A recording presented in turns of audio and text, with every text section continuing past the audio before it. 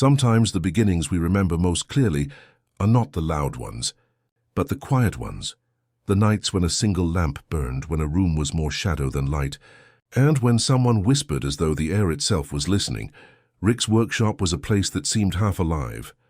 Not alive like a forest with bird song and wind, but alive in a stranger way, jars breathing with faint vapor, glass humming faintly when the night pressed close, a shelf of bottles that leaned as though they had grown tired of standing straight. To anyone else it would have looked cluttered, even frightening. To Rick it was company, and on that night he spoke to his bottles the way others might speak to friends. He leaned against the old table, shoulders slouched, hair hanging unevenly into the glow of a pale lamp. His voice was rough yet soft around the edges, as though shaped by weariness more than anger. "You're not going to work," he muttered to a small green vial. Then he chuckled to himself, shaking his head. "But maybe you don't need to. The words weren't meant for anyone." And yet the bottles seemed to hear. Each one shimmered faintly in the lamplight, their colors muted by the dark, blues like deep oceans, reds like fading coals, purples that looked like bruised twilight. The room itself smelled faintly sweet, faintly sharp, like flowers pressed too long in old books. It was the kind of place a child might fear, though not for monsters. More for the silence that seemed too awake. Rick lifted one of the bottles and turned it in his hand, the liquid inside moving slowly, lazily, as though reluctant to obey gravity. "Funny, isn't it?" he whispered. "How a life can change with just one drop." He paused, stared at the swirl, then set it down with unusual gentleness. For all his cynicism, all his muttered complaints about the world, Rick treated his potions like fragile memories. He handled them as though each contained a story he wasn't ready to tell. Perhaps that was why he spoke to them in the dark. They asked nothing of him, and they never answered back. But in the small house beyond the lab, footsteps sometimes stirred. A boy, Morty, was awake, listening without knowing why. Morty wasn't meant to be curious about the workshop. Rick had told him countless times that it was dangerous, off-limits, no place for someone his age. And Morty, obedient in his own soft way, had promised not to intrude. Yet promises are slippery things in the quiet hours. A boy's imagination is louder at night than during the day. He lay in his bed, staring at the ceiling that caught faint shadows from Rick's lamp. The hum of glass carried through the walls, a sound like insects trapped in a jar, and it filled his chest with something he couldn't name. Not fear exactly, not excitement either, but a restless awareness that his grandfather was awake when the rest of the world slept.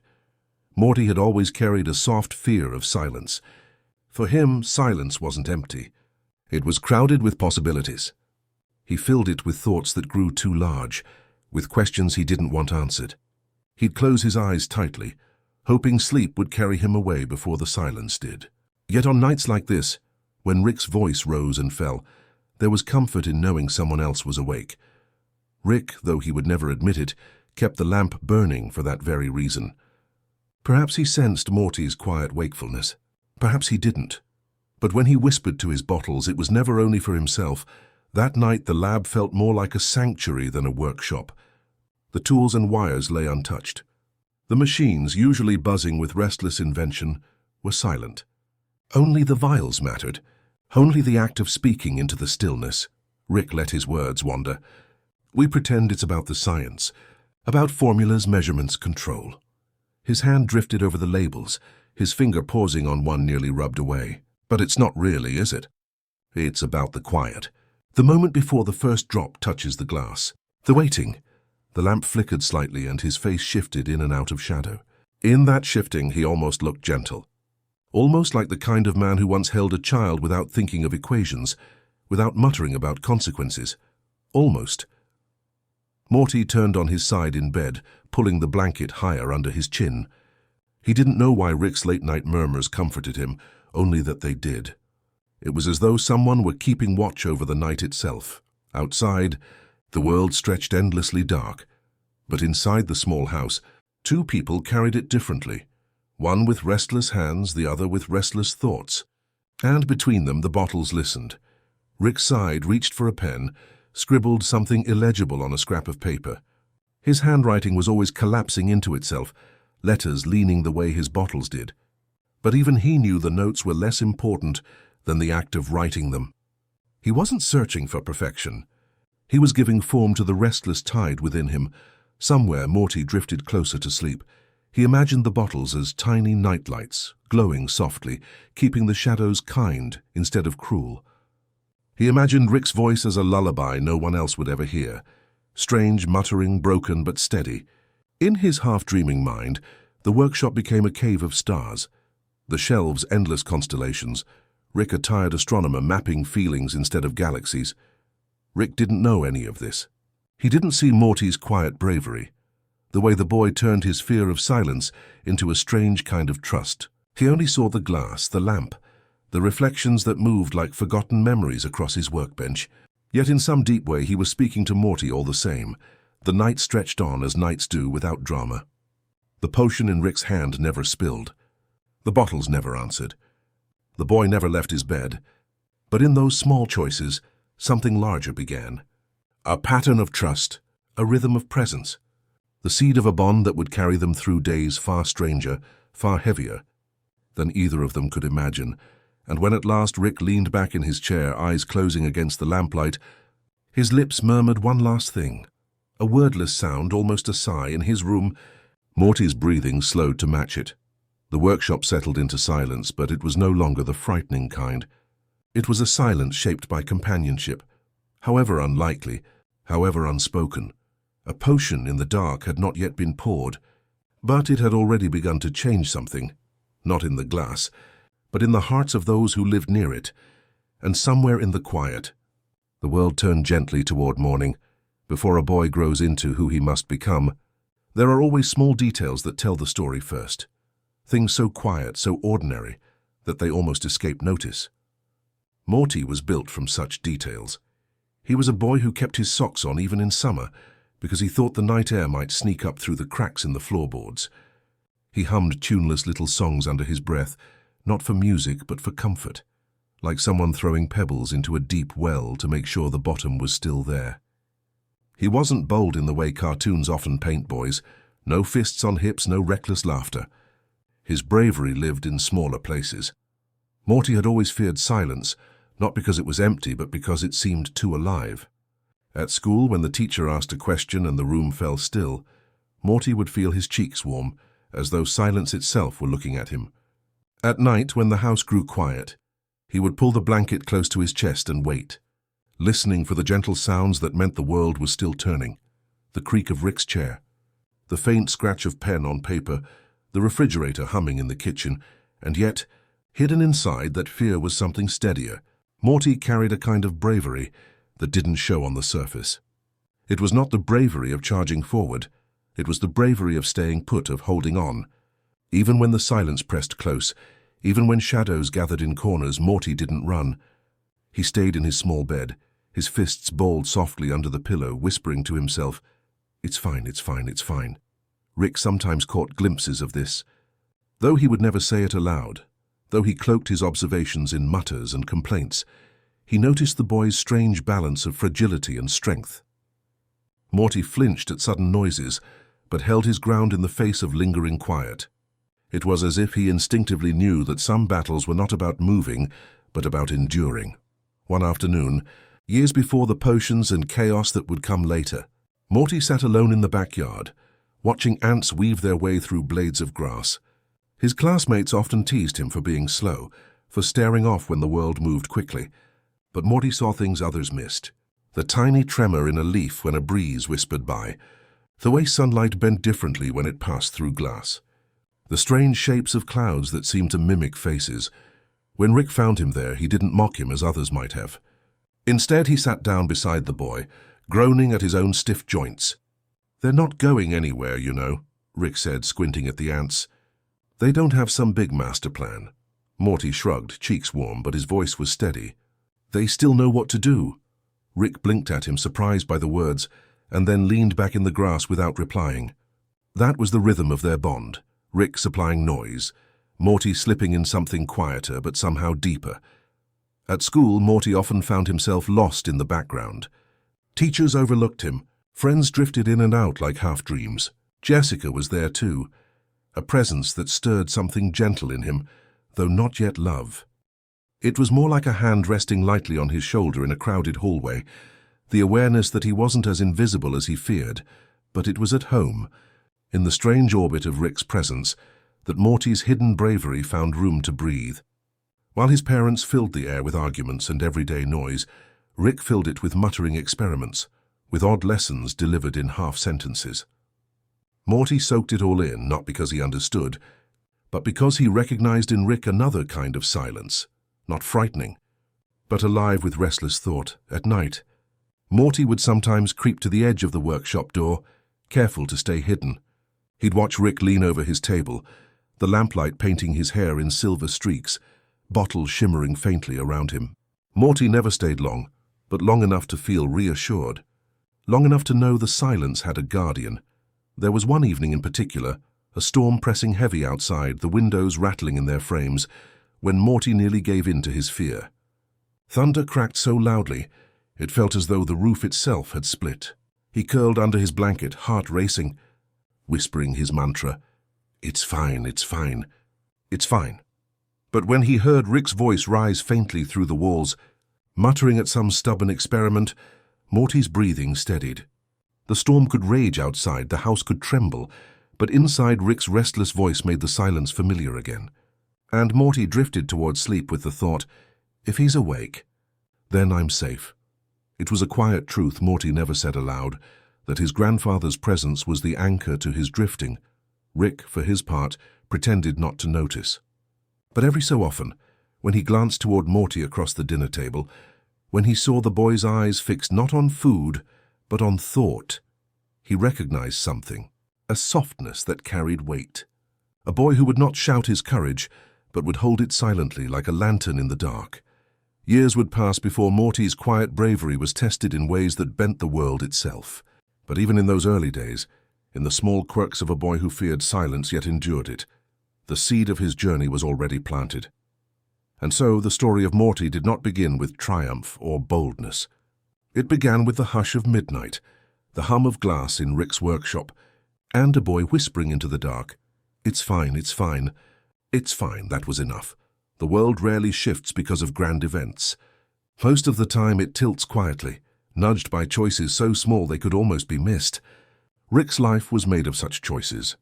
The decision to stay up late one night, to add a drop too many to a vial, to speak aloud when no one was listening.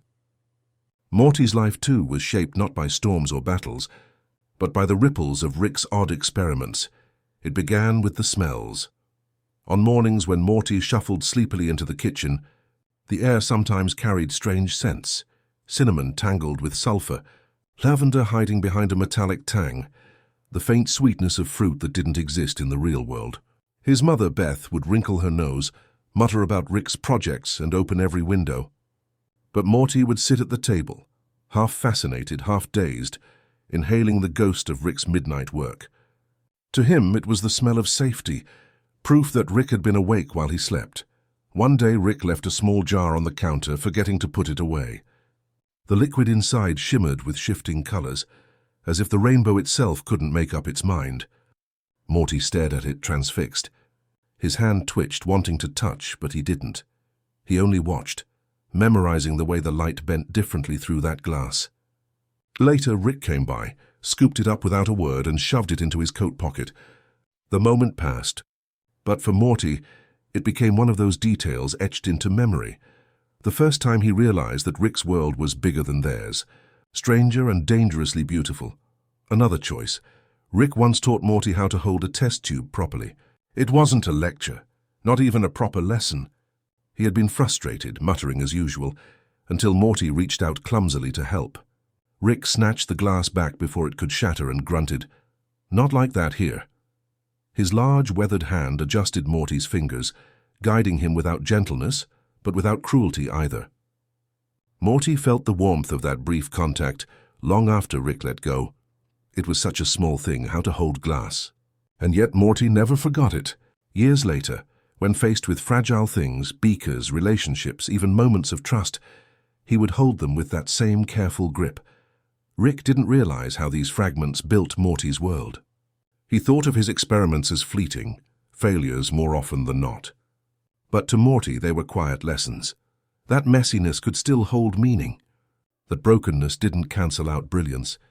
That even a man who cursed at his own machines could steady someone's heart without trying.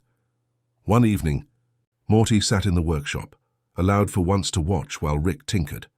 Wires hung like vines, jars cluttered every surface, the lamp buzzed faintly. Rick adjusted a contraption that looked like a blender, married to a telescope, muttering under his breath.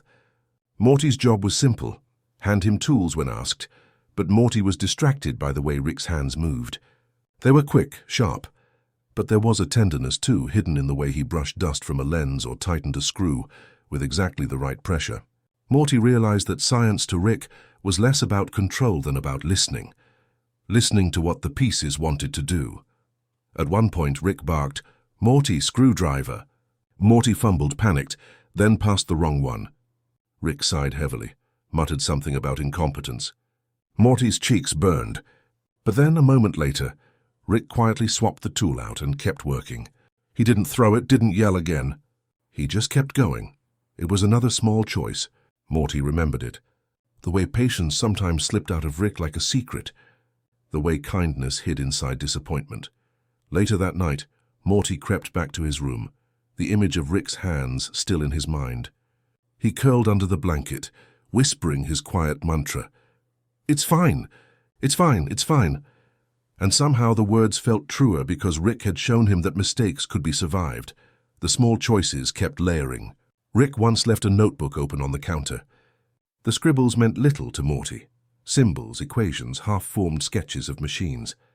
But Morty noticed one page filled not with science, but with doodles. A bottle drawn over and over, each one slightly different. In that repetition, Morty saw not obsession, but loneliness. Rick had no one to tell his thoughts to, so he told them to the page. Morty didn't tell anyone he saw that notebook. But from then on, when Rick muttered into his bottles at night, Morty listened differently. He knew those whispers were more than experiments. They were confessions, disguised as science. The weight of these small things, a smell, a gesture, a mistake forgiven, shaped Morty's growing sense of the world. He began to understand that life wasn't only about grand answers. Sometimes it was about how you held a fragile thing. Sometimes it was about the silence between words. Sometimes it was about choosing to stay, even when everything felt strange. Rick, of course, never explained this. He lived tangled in his own storms. But Morty, simply by being near him, learned how to stand in the wind without being blown away. That night, Morty dreamt of jars glowing softly in the dark, of ants marching with quiet certainty, of Rick's hands steadying glass. When he woke, the morning light spilled pale across his blanket, and for the first time silence felt less frightening. It felt like a choice he could carry. The world rarely shifts because of grand events. Most of the time it tilts quietly, nudged by choices so small they could almost be missed. Rick's life was made of such choices. The decision to stay up late one night, to add a drop too many to a vial, to speak aloud when no one was listening. Morty's life, too, was shaped not by storms or battles, but by the ripples of Rick's odd experiments. It began with the smells. On mornings when Morty shuffled sleepily into the kitchen, the air sometimes carried strange scents. Cinnamon tangled with sulfur, lavender hiding behind a metallic tang, the faint sweetness of fruit that didn't exist in the real world. His mother, Beth, would wrinkle her nose, mutter about Rick's projects, and open every window. But Morty would sit at the table, half fascinated, half dazed, inhaling the ghost of Rick's midnight work. To him, it was the smell of safety, proof that Rick had been awake while he slept. One day, Rick left a small jar on the counter, forgetting to put it away. The liquid inside shimmered with shifting colors, as if the rainbow itself couldn't make up its mind. Morty stared at it, transfixed. His hand twitched, wanting to touch, but he didn't. He only watched, memorizing the way the light bent differently through that glass. Later, Rick came by, scooped it up without a word, and shoved it into his coat pocket. The moment passed, but for Morty, it became one of those details etched into memory. The first time he realized that Rick's world was bigger than theirs, stranger and dangerously beautiful. Another choice. Rick once taught Morty how to hold a test tube properly. It wasn't a lecture, not even a proper lesson. He had been frustrated, muttering as usual, until Morty reached out clumsily to help. Rick snatched the glass back before it could shatter and grunted, "Not like that here." His large, weathered hand adjusted Morty's fingers, guiding him without gentleness, but without cruelty either. Morty felt the warmth of that brief contact long after Rick let go. It was such a small thing, how to hold glass, and yet Morty never forgot it. Years later, when faced with fragile things, beakers, relationships, even moments of trust, he would hold them with that same careful grip. Rick didn't realize how these fragments built Morty's world. He thought of his experiments as fleeting, failures more often than not. But to Morty they were quiet lessons, that messiness could still hold meaning, that brokenness didn't cancel out brilliance, that even a man who cursed at his own machines could steady someone's heart without trying.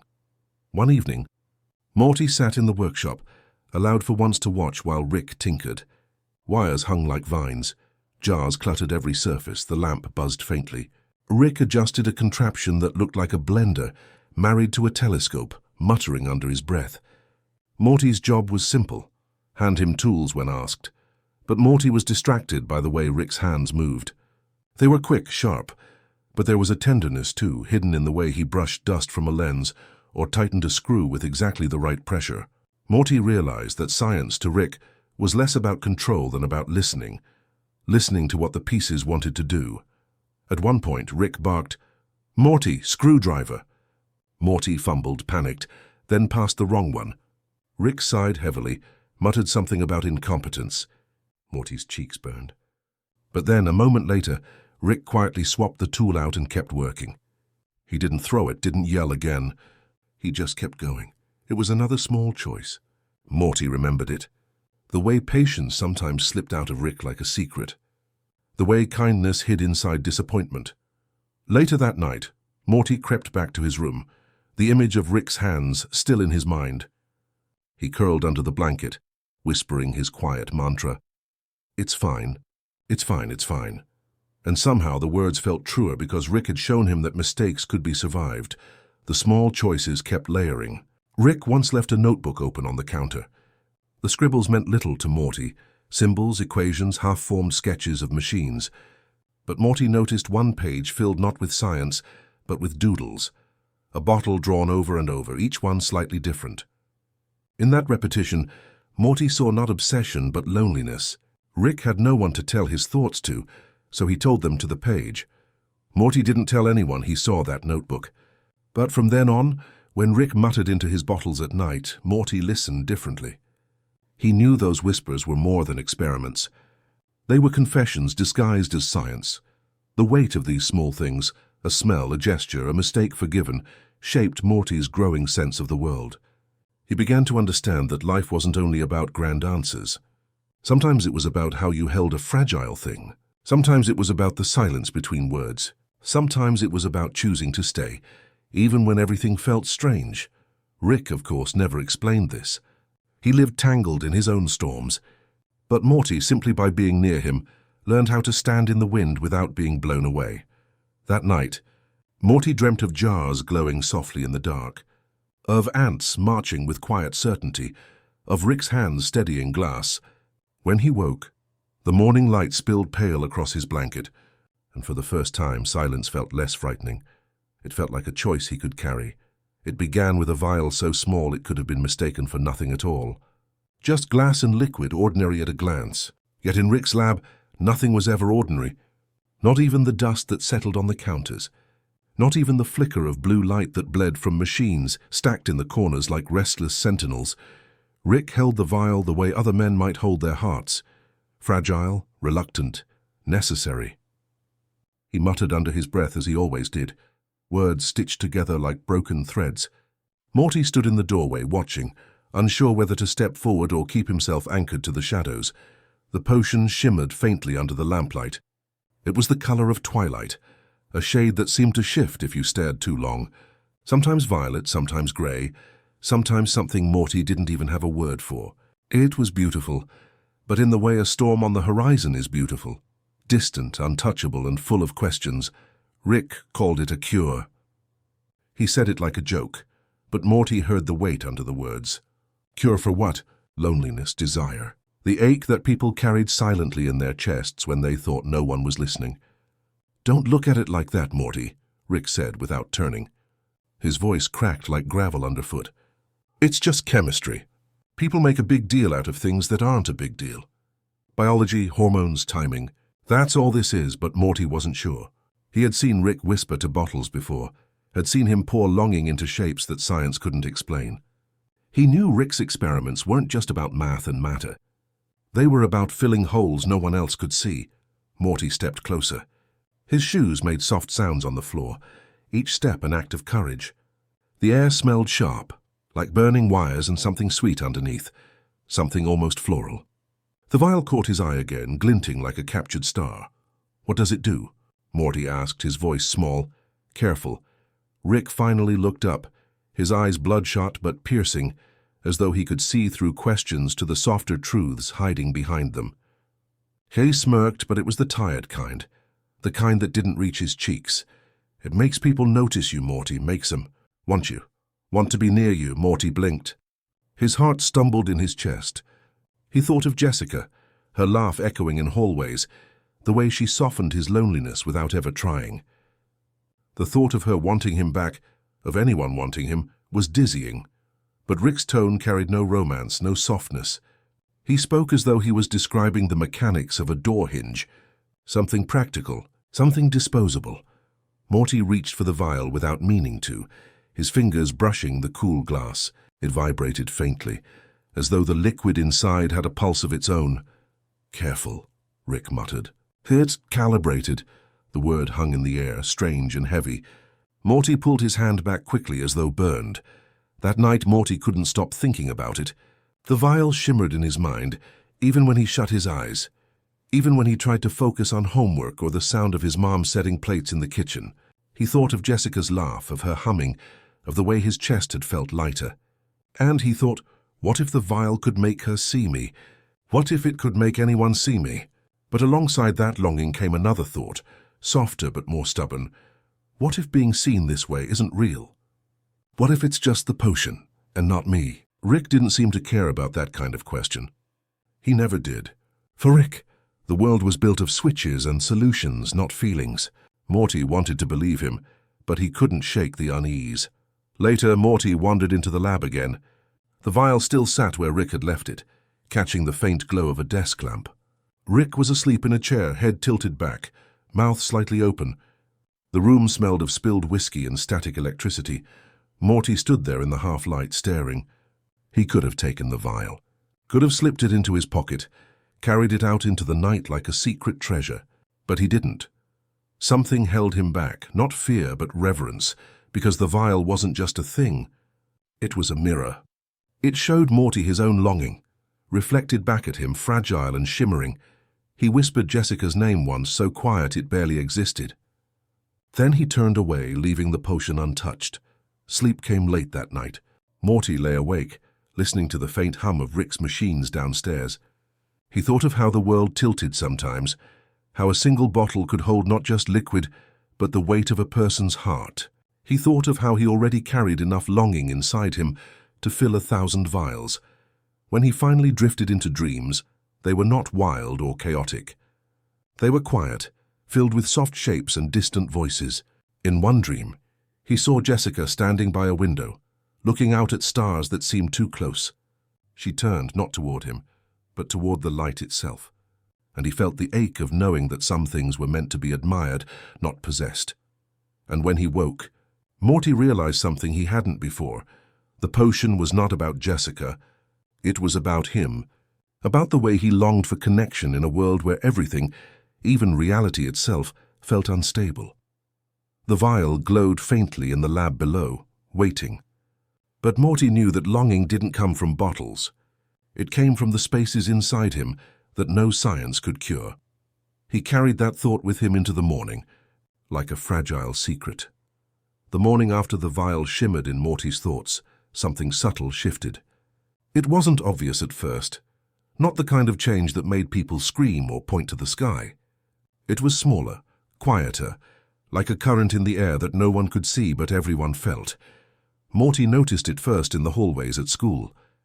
The fluorescent lights buzzed as always, The chatter of students filled the air, but there was something beneath it all. A hum, low and steady, like the sound of a refrigerator in the dark.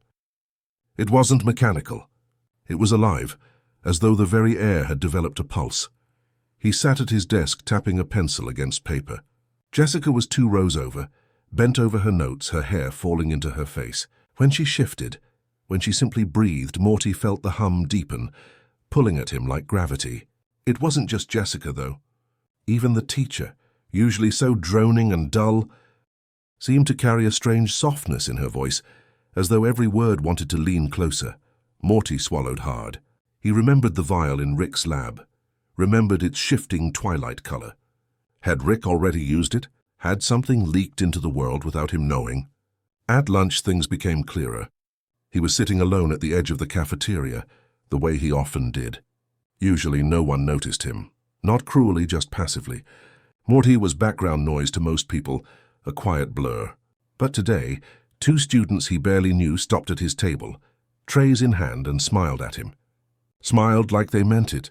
"Mind if we sit here?" one of them asked. Morty stammered, nodding, his pulse racing. They chatted casually, as though it were natural, as though he had always been part of their circle. Morty tried to smile back, but it felt strange on his face. 2 new Jessica passed by on her way to the vending machine. She glanced his way. Just a glance, not a stare, not anything special. But Morty felt it like sunlight on his skin. Warm, impossible to ignore. The hum in the air grew louder, though no one else seemed to notice. When Morty walked home later, the world itself seemed tilted. Trees leaned in slightly, their branches dipping toward him. The air felt heavier, not with threat but with attention, as if the sky itself had decided to take notice of his footsteps. He paused once, staring at the clouds, and for a moment he could swear they shifted shape, bending into curves that resembled eyes, watching gently, silently. He shook his head. Maybe it was exhaustion. Maybe it was his imagination. But the thought lingered, pulling at him, even as he reached the front door of the house. Rick was in the garage, hunched over a desk littered with tools and bottles. He didn't look up when Morty entered, but his muttering carried weight. "Can't undo attention once it starts, Morty.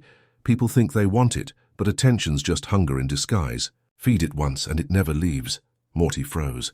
Rick hadn't been in the cafeteria. He hadn't walked home with him. How could he know? "What do you mean?" Morty whispered, his voice barely carrying. Rick finally looked up, his eyes shadowed by exhaustion. "You'll see. The world doesn't tilt for free. It tilts and then it falls." That night Morty couldn't sleep. The hum was everywhere, in the creak of the floorboards, in the faint ticking of the clock, in his own breath as it rose and fell. He stared at the ceiling, imagining the vial glowing faintly downstairs, leaking into the air like perfume, like fog. When he finally drifted into dreams, they were heavy and strange. He dreamt of walking down an endless hallway again, lockers stretching on, each door opening to a person staring back at him. Their eyes weren't cruel, but they were endless, countless, each gaze like a hand pressing gently against his chest. At the far end of the hallway stood Jessica, her notebook in hand. She didn't move. She didn't speak. She only looked at him, and the silence of her gaze was louder than the hum, louder than everything else. Morty woke with his chest tight, his throat dry. He sat up, rubbing his eyes, whispering into the dark. "I just wanted to be seen." The words sounded smaller out loud than they had in his heart. But the world tilted again, as if to answer. The shadows on his walls shifted like waves, and for a moment he thought he heard the faint sound of laughter. Not cruel, not mocking. Just endless. Downstairs, Rick poured another drink, the sound of liquid sloshing into a glass echoing softly through the house. Morty lay back down, pulling the blanket up to his chin. He didn't know what tomorrow would bring, only that the hum would be there, following him, folding the world closer and closer until it felt like it might collapse. But for now the world tilted gently, like a cradle rocking him toward uneasy sleep. Rick had always been loud in his way, not with joy but with chaos. Machines whirring, bottles clinking, curses spilling like broken glass across the garage floor. The sound of him was constant, filling the house until silence itself felt impossible. But lately the silence had grown. Morty noticed it first during breakfast. Rick sat at the table, head bent over a mug that smelled sharper than coffee, eyes half closed. The spoon in his hand stirred nothing. It just circled, clinking lightly against ceramic, a rhythm with no purpose. Usually, Rick would fill the room with muttered commentary about news anchors, about government conspiracies, about how toast was engineered to burn unevenly. That morning he said nothing. Morty shifted uncomfortably, chewing his cereal too loudly. The silence pressed against his ears. Finally he whispered, "You okay, Rick?" Rick didn't answer right away. He lifted the mug, swallowed, and only then spoke, so softly Morty almost missed it. Should have known better. Those words, bare and fragile, hung in the air. Morty blinked. He wanted to ask what Rick meant, but the weight in Rick's eyes told him not to. All day at school, Morty felt unsettled. The hum in the air still lingered. People still looked at him differently, leaning in closer than before, speaking to him with strange warmth. Jessica even smiled at him in the hallway, a small, unguarded smile that might have set Morty's heart racing once. Now, though, it felt like something else, like an echo of the vial, not of her. That night, Morty crept into the garage. Rick was there again, but not the way Morty was used to seeing him. No grand gestures, no explosions of light or noise. He sat slumped at his workbench, staring at a half-finished machine. His tools lay untouched, scattered like abandoned soldiers. A bottle of amber liquid sat near his elbow, half empty, condensation trailing down its side. Morty lingered in the doorway. He didn't want to disturb him. But Rick spoke anyway, his voice rough. "You think science fixes things, Morty. You think you can pour a little here, twist a knob there, and make it all neat." He laughed then, but it wasn't the sharp, mocking sound Morty knew. It was softer, broken. "But it doesn't fix anything. It just changes the shape of the problem." Morty stepped closer, the floor groaning under his sneakers. He didn't know what to say. Rick didn't look at him. He kept staring at the unfinished machine as though it were a mirror he couldn't turn away from. "I made it too easy," Rick continued, almost whispering. "People don't need help wanting, Morty. They're already good at that. All I did was amplify it, like turning up the volume on a song that was already too loud." Morty swallowed. "You mean the potion?" Rick flinched at the word, though barely. He reached for the bottle, poured more into the mug, and drank. "Forget it," he muttered. "You're too young. You wouldn't get it." But Morty did understand in his own way. He thought of Jessica's smile, of the way people leaned in now, of how the air itself hummed. It was too much, too fast, too strange. He felt seen, yes, but also swallowed. Rick leaned back in his chair, staring at the ceiling. For a long time he said nothing. His breathing was heavy, uneven, almost like a man on the edge of sleep. Then, quietly, "Love's not something you can bottle. Shouldn't have tried." The words hit Morty harder than he expected. They weren't spoken like a lecture or a joke. They were spoken like a confession, like a truth Rick wished he could erase. For the first time, Morty saw his grandfather not as a genius, not as a drunk, but as a man carrying regrets too large to set down. He wondered how many vials, how many experiments, how many universes had been born from that same regret. Morty didn't speak. He simply sat down on a stool nearby, the silence stretching between them like a fragile bridge. For once, Rick didn't fill it with muttering. He just sat there, staring at nothing, the quiet settling into the garage like dust. Hours later, when Morty finally crept to bed, he lay awake, listening to the faint clink of glass downstairs. Rick was still there, still drinking, still not sleeping. Morty closed his eyes, and in the half-dream that followed, he saw Rick not as the man he knew, but as a shadow hunched under the weight of invisible chains. And in that dream, Morty wanted to reach out to take some of that weight away. But he didn't know how. When he woke, the hum in the air was louder than ever.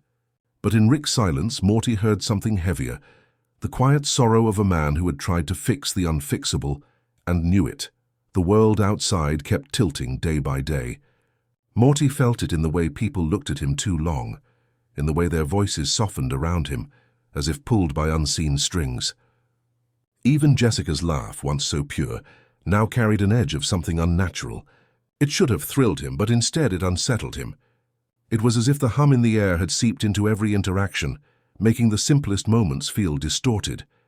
At night, lying in bed, Morty whispered to himself, "I don't know what's real anymore." The ceiling above seemed to shift, shadows moving like water. He pulled the blanket tighter, but warmth wasn't enough. What he wanted wasn't heat. What he wanted was reassurance. A voice to tell him it would be okay, so he did something he rarely dared to do. He crept downstairs past the silent kitchen, past the glow of the refrigerator, until he reached the garage. The door creaked softly as he pushed it open. Rick was there as always. The glow of the desk lamp painted half his face in gold, the other half lost in shadow. He was tinkering with something Morty didn't recognize, but his movements were slower than usual, less certain. A bottle sat nearby, half empty. Rick glanced up when Morty entered. His eyes softened briefly, then quickly hardened like shutters closing. "Shouldn't you be in bed, Morty?" he muttered. Morty hesitated in the doorway. I couldn't sleep." Rick grunted, turning back to his machine. "Yeah, join the club." Morty shifted from foot to foot. The silence stretched between them, heavy but not unbearable. Finally he stepped closer, dragging a stool across the floor. He sat beside Rick, not speaking, just listening to the faint click of tools against metal. For a while that was enough, but then Morty whispered, "Rick, is it going to be okay?" Rick froze. His hand hovered over the machine, wrench suspended mid-air. Slowly he set it down. He didn't look at Morty. His eyes stayed fixed on the wires in front of him. "Define okay," Rick said after a long pause. His voice was flat, but beneath it there was something else. A crack Morty had learned to listen for. Morty swallowed. "Everything feels weird. People are acting strange, and you're acting strange too. I just want to know if it's going to stop." Rick sighed, long and low, like air escaping from a balloon. He leaned back in his chair, staring at the ceiling. "Morty, the truth is, it doesn't stop. Not really. You think life's supposed to settle, like soup simmering down after it boils. But it doesn't. It just keeps boiling. Different pots, different stoves, but always boiling." Morty's chest tightened. That wasn't the answer he wanted. But before he could speak, Rick turned to him. For once his eyes weren't sharp or dismissive. They were tired, yes, but also clear. "But listen," Rick continued, softer now. "You don't have to do it alone. That's the trick. You hold on to someone. Even if it's just some old drunk who can't keep his hands steady anymore." Morty blinked. For a moment he thought he'd imagined it. Rick never said things like that. Not out loud. "Rick!" Morty whispered, his voice catching. Rick looked away quickly, grabbing his bottle. "Don't make it a big deal, Morty. I'm just saying, the world's gonna tilt. Always has, always will. But you've got me, okay?" I'm not going anywhere." Morty nodded slowly, his throat too tight to speak. He sat there, staring at Rick, trying to memorize the moment. Not the words, but the weight behind them. The fragile bond between them wasn't built on speeches or grand gestures. It was built on nights like this, where silence meant more than noise, where a single reassurance was enough to steady his heart. Rick handed him the bottle, as though offering him a strange kind of comfort. Morty shook his head. "Nah, I'll just stay here." Rick smirked faintly, the corners of his mouth twitching. "Suit yourself." They sat together in the garage for a long while, saying little. Rick tinkered half-heartedly with the machine. Morty watched shadows stretch across the concrete floor. The hum in the air still lingered, but in that room it seemed quieter, contained, almost bearable. Later, when Morty finally crawled back into bed, he carried Rick's words with him. The world might keep boiling, the sky might keep tilting, but he wasn't alone. That thought held him gently, like a hand on his shoulder. And for the first time in days, sleep came easier. And in the garage, Rick sat in the half-light, staring at the machine he wasn't really building. He took another drink, muttered something under his breath, and glanced toward the stairs. His eyes softened again, though no one saw. Because even if he couldn't fix the world, Rick knew he could at least try to hold it steady for Morty. And that, fragile as it was, would have to be enough. Morty had always noticed Jessica in quiet ways. The way she twisted her hair when she was nervous, the faint sound of her laugh in a crowded room, the simple calmness she carried like a secret. She was never his, never promised to him. And yet she lingered in his heart like a star, just far enough away to admire but never reach. Now, as the world bent in strange directions, Jessica seemed even more distant, not because she pulled away, but because reality itself tilted between them. Her smile lingered longer when she looked at him. Her eyes carried a softness that should have been comforting, but it wasn't. Morty knew, deep inside, it wasn't truly hers. At school, he sat in class pretending to focus, though the hum in the air drowned out the teacher's words. Jessica was a few rows ahead, her outline glowing faintly in the flickering fluorescent light. Every time she shifted in her seat, Morty's chest tightened with a mix of warmth and unease. He wanted her presence, but he didn't want it this way. When the bell rang, Jessica walked past him. Her perfume was faint, floral, fleeting. She smiled at him, lips curving in a way that made his knees feel weak. But her smile didn't seem whole. It felt too rehearsed, too perfect, as if something unseen had stitched it onto her face. "Hi, Morty," she said gently. Morty's heart leapt. He stammered, "Hey, Jessica." For a moment, the world seemed normal. Just a boy talking to the girl he admired. But then her eyes lingered too long, her pupils dilating strangely. Her voice carried a strange weight when she added, "I've been thinking about you." Morty froze. Those were words he had dreamed of hearing. But instead of joy, dread seeped through him. Something in the air buzzed like wires crossed in his brain. He wanted to believe her, but deep down he felt the wrongness of it. He forced a smile, muttered something awkward, and hurried away. Behind him, Jessica's voice followed softly, almost like a lullaby. "See you soon, Morty." That night, lying in bed, Morty replayed it all. He should have been happy. Jessica noticed him, spoke to him, smiled at him. But instead of comfort, the thought pressed down on his chest. It didn't feel real. It felt borrowed, twisted by forces he didn't understand. He turned onto his side, staring at the moonlight pooling through his window. Jessica's face appeared in his mind, but not as she had spoken to him. Instead, he remembered her as she once was, laughing with friends, whispering secrets he couldn't hear, existing in her own world where Morty was only a passing thought. That was the Jessica he cherished, not the one warped by the potion's unseen threads. The next day at school, he avoided her. He kept his head low, shoulders hunched, trying not to catch her gaze. But Jessica found him anyway. She always did now. Her hand brushed his arm, her voice whispered his name. Morty flinched, torn between wanting her closeness and fearing it. He didn't tell Rick, he didn't know how. How could he explain that the one thing he'd wanted most was now the thing he dreaded? How could he tell his grandfather that his heart hurt more from longing than from the chaos outside? One afternoon, Morty sat alone under a tree at the edge of the schoolyard. Jessica approached, her hair catching the sunlight, glowing like a halo. She sat beside him without asking, her shoulder nearly touching his. Morty's breath caught. "Morty," she said softly, "you're special." His chest constricted. The words should have been everything. But instead they felt heavy, almost scripted. He looked at her, really looked at her, and for a fleeting second he thought he saw sadness flicker in her eyes. Not hers, but something else. Something pushing through her. Morty lowered his gaze. "Jessica, I don't think this is real." Jessica tilted her head, her smile fading just a little. "Does it matter?" she whispered. The question sank into him like a stone in water. Did it matter? Wasn't closeness, even if false, better than loneliness? Morty's throat tightened. He wanted to say yes. He wanted to lean into the comfort, even if it was a lie. But he couldn't. He wanted her, not the echo of her shaped by Rick's mistake. So he said nothing. They sat together in silence. Jessica hummed a tune under her breath, one Morty couldn't recognize. It lulled him, soft and sweet like a lullaby drifting from a dream. For a brief moment, he allowed himself to close his eyes and pretend it was real. Pretend the warmth at his side was hers alone. Pretend the world hadn't tilted, but when he opened his eyes, Jessica was already walking away. Her figure receded into the distance, framed by the twilight sky.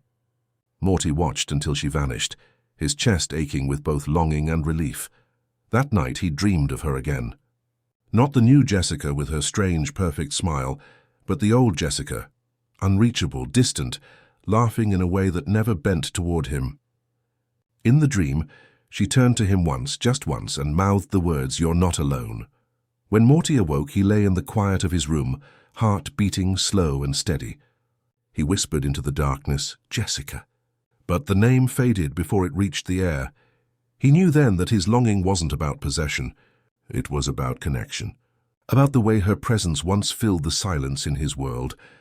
And though she felt farther away now than ever before, The memory of her, the real her, was enough to remind him of what he truly needed.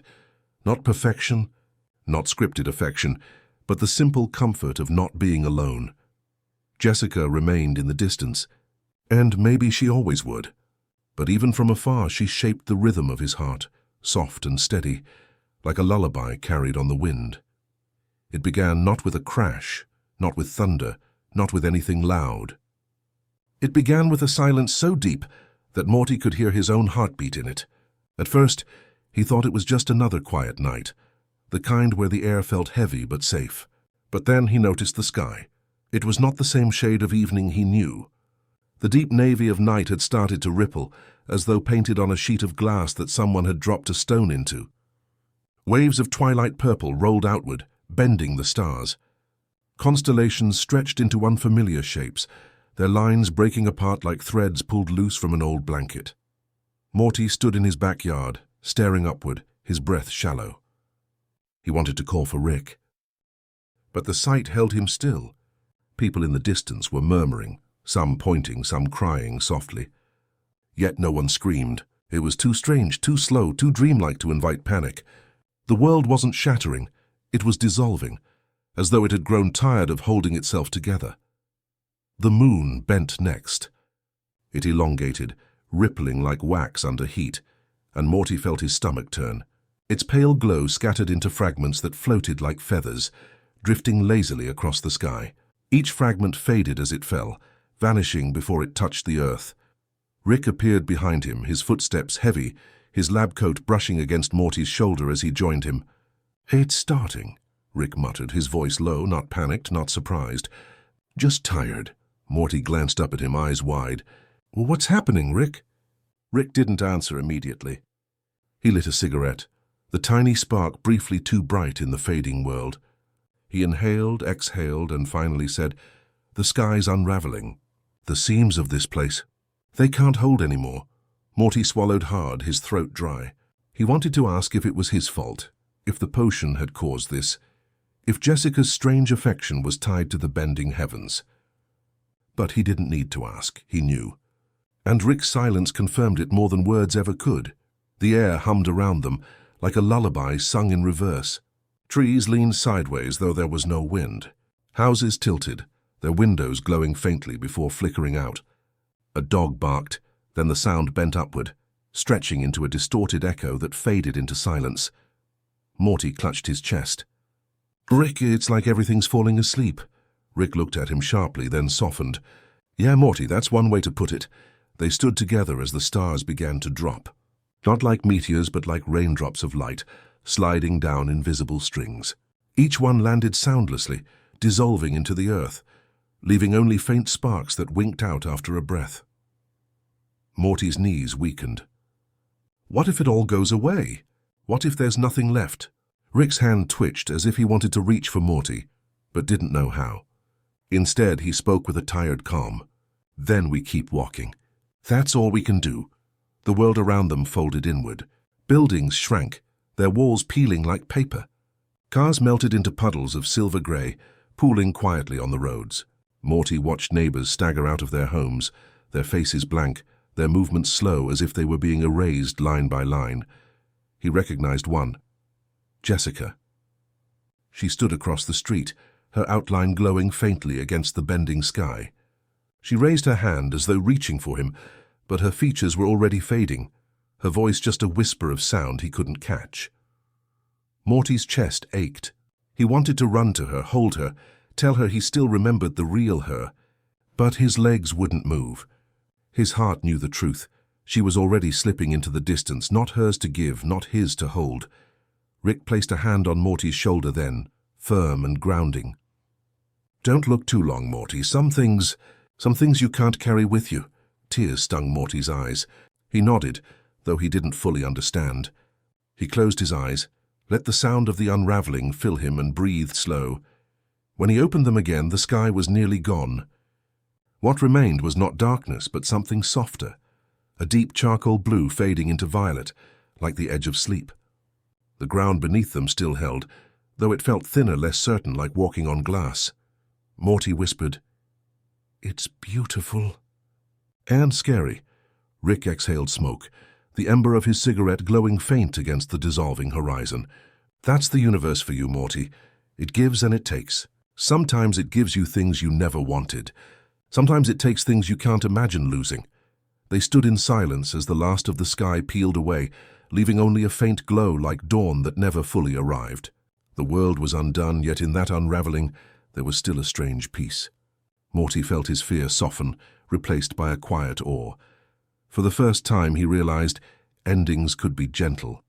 Not all collapses came with fire and screams. Some arrived like sleep, like the slow dimming of a light, like a song fading into silence. Morty leaned against Rick's side, tired, small, but strangely calm. What happens now? Rick glanced down at him, his eyes shadowed, his voice rough but steady. Now, Morty, now we find another sky. And so they stood together, grandfather and grandson, watching as their world faded into something unrecognizable. Morty's heart ached, but it also slowed, softened, and rested. The unraveling sky became less a horror and more a lullaby, one last song whispered by a universe that was already saying goodbye. The world did not collapse all at once. It folded in slow breaths like a blanket being pulled carefully away, and in the gaps left behind, shadows gathered. Not menacing shadows, not the kind that whispered of monsters or fear. These were softer, quieter, like old companions arriving to walk beside the living.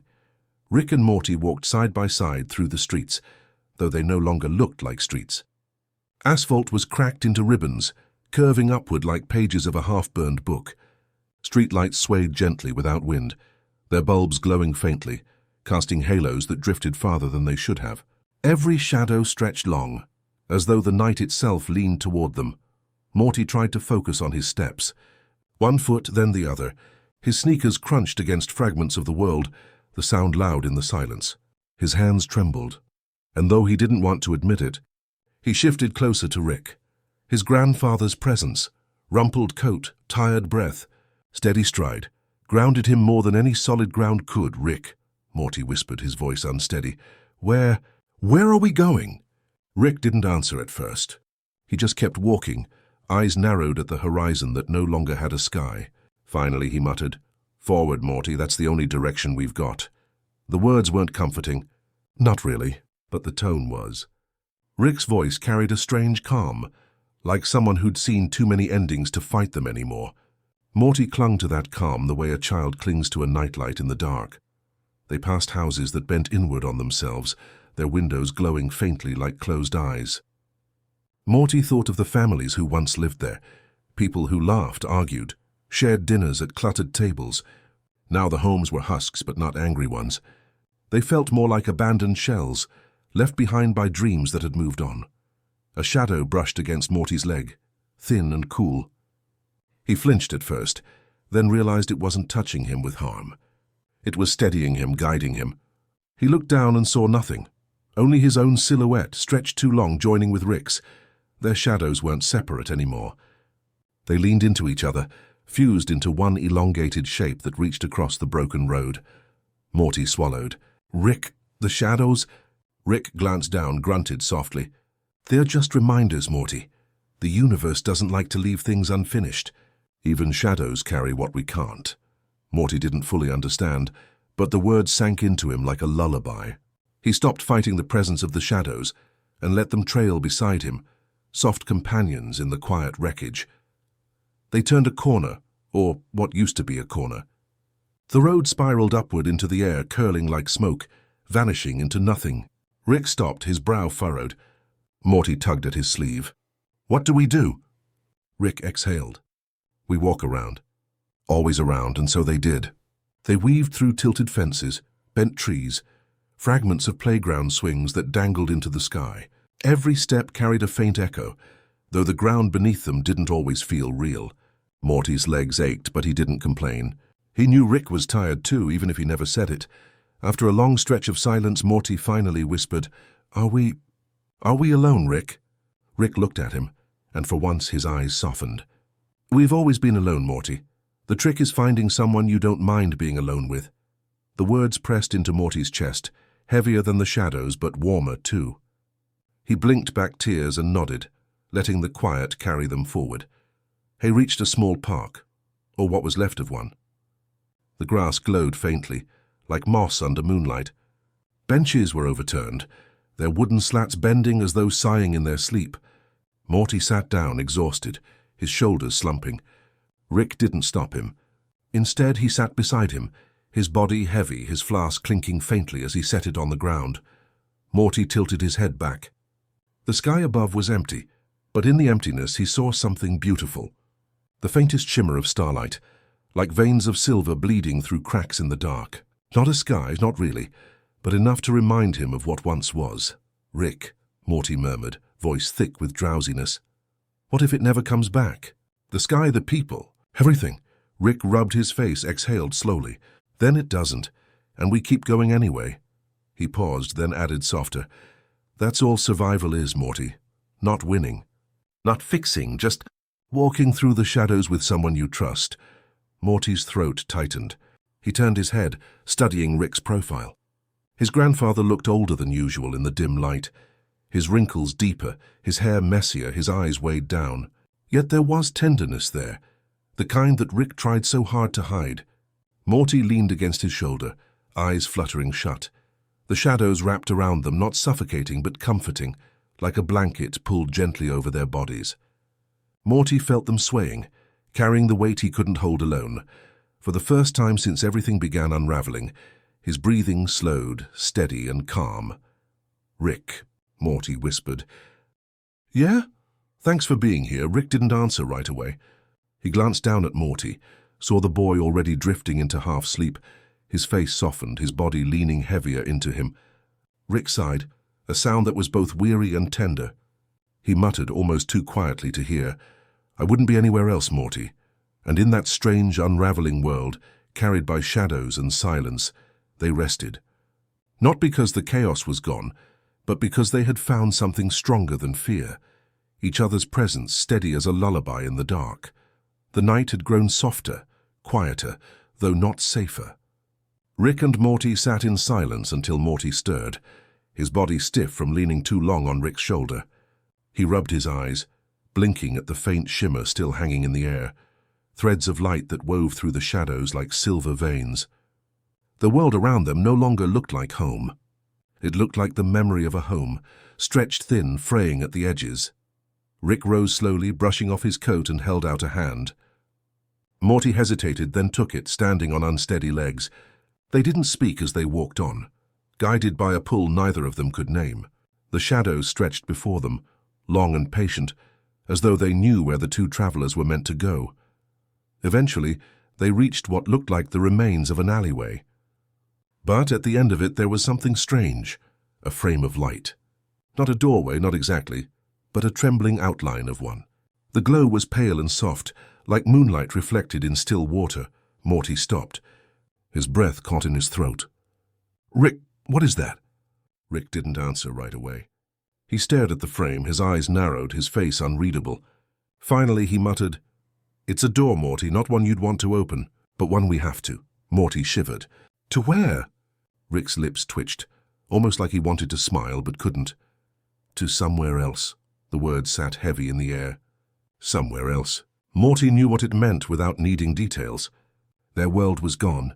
What little remained would fade completely, and this door, it was the only path forward. Morty's chest tightened. What if it's worse on the other side? Rick exhaled, pulling a flask from his coat and taking a slow sip. Then it's worse, and we deal with it. He glanced at Morty, his gaze softening. But it might not be, Morty. It might be just close enough to what we've lost. Close enough to live with. Morty hugged his arms around himself, staring at the glow. The light shifted, faint ripples moving across it like the surface of water. It almost seemed alive, breathing with a rhythm of its own.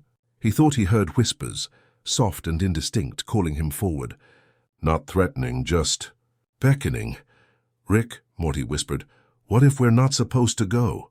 Rick placed a hand on his shoulder, firm and steady. Kid, now there's no supposed to. There's only surviving. This world's unraveling. We either step through or fade with it. Morty swallowed hard.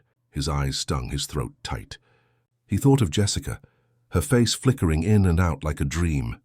He thought of his parents, his sister, his school. All of it was slipping away and no door could bring it back. But maybe, just maybe, another world could give them something to hold on to, even if it wasn't theirs to begin with. Rick stepped forward first. His shadow stretched into the light, bending unnaturally before merging with it.